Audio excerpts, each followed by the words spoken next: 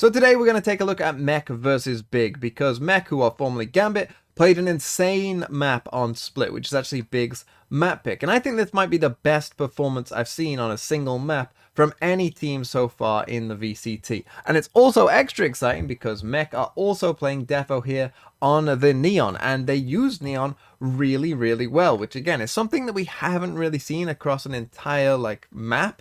You know, there's some ideas that we've seen so far, but Defo seem to have a very good idea of how to use this Neon, and so we're going to take a look at some Neon clips as well. And it starts here in round number 3, and as we can see, they've got the Neon here in towards this B Heaven area, and that's where Defo played Neon a lot of times. But what we're going to see in this clip is just the understanding of timing of things, like the timing of utility that they have here. Like as soon as a kill happens, the utility comes out, and it's just really, you could just tell it's really well organized. And this is why Mech, Gambit are, one of the best defensive teams, because there it is, right? Redguard goes up the rope, he gets that kill. If we watch it again, Redguard's going to go up the rope, he's going to get the first kill, and then straight away Defo is going to send that stun in, and it's going to stun the Sage, and then he's able to go back up and get that second kill as well. Now Twiston, as I said, Big were doing fine. Twiston does well there to get the trade out with a classic, but it's just not enough because Mech were playing so well. And now let's come to round number 4. And what we're going to see in this round is some delay from the Neon. And this is something that I think a lot of other pro Neon players have struggled with,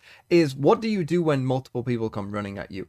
They're in a 4v5 as well. Chronicle here has died earlier on in the round. There's 46 seconds left, but we're going to see that Neon delay, and then we're also going to see that pretty much every player on Mech is just absolutely cracked. And so let's take a look at the round. So here we go. We've got Defo here in Heaven. First thing he's going to do is send his wall up as he starts to, hear some footsteps towards Heaven here.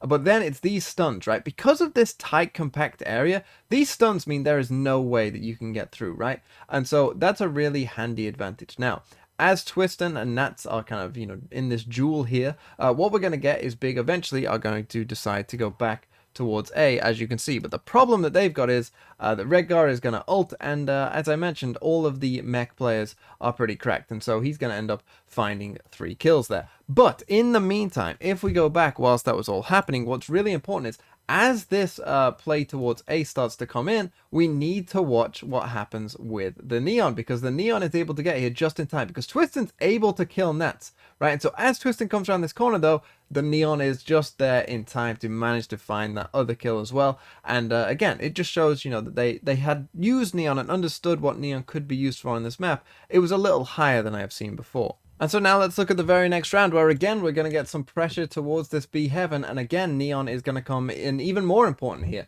But what's really good here is they're playing off the chamber utility, and the thing is with the chambers slows utility, it's really good with stuns, and so it's really good for Breach and both Neon, which is probably a good reason why they picked this comp. And so you can see we've got the chamber utility in there, and we are going to make this play towards Heaven, but as soon as that goes off, we're going to get stuns and we're going to get kills from Mech again, and we're also about to see Chronicle just make an insane shot as well. So yeah, let's just watch that. So here's Chronicle, nice little shot.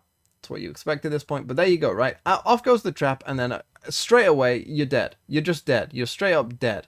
And they send out the Breach utility as well, and they're going to try and test it again, right? This has gone off at this point, so they probably feel like, well, they don't know what's towards A, so they feel like their best chance is probably to just go back this time.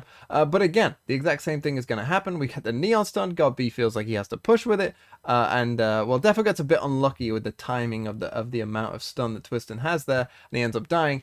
But they are, of course, going to end up winning this round.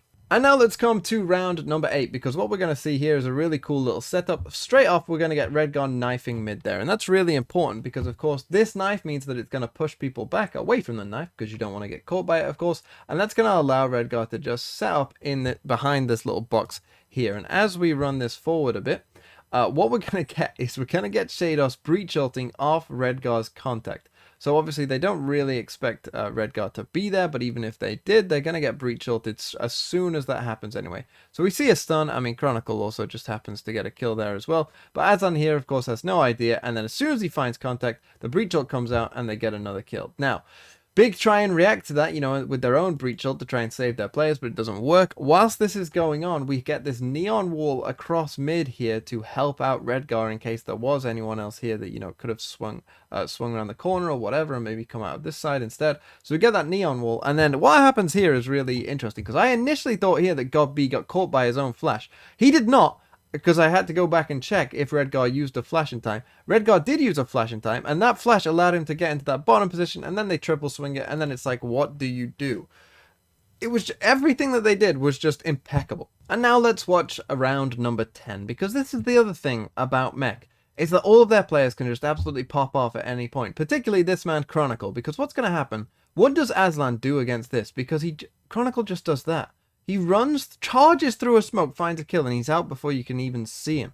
What do you do if you're Aslan there? Absolutely nothing. But as we run this round forward, we get to this position where Chronicle is in heaven and he's being slowed as well, and they are going to come up and try and pressure him in heaven. But he's able to get 1, he's able to get 2, and then adjust to the 3rd as well and end up with a 4K there as well. And this is just how it went for Big. They're trying to trade, they're trying to do the right thing. He's slowed as well for the start of that, but he just finds 3 kills anyway. And now let's come to round number 12, where really it all happened, because Chronicle's going to miss a shot here at first, but then he's not going to miss the second one, and he's not moving until he finds that kill. And so he gets the first kill, and then as we move this forward as well, we've got the same setup that I talked about earlier in Heaven, this time on B main, where, again, this chamber trademark slow into a breach stun here is going to find them a kill. And then again, I just want you to watch the utility that comes out after that as well when they find themselves in this advantaged situation. So here we go. The trademark's going to go off as we see there. And then we get this breach done straight away and we get the kill. And he just saw the head of Casper there in B main.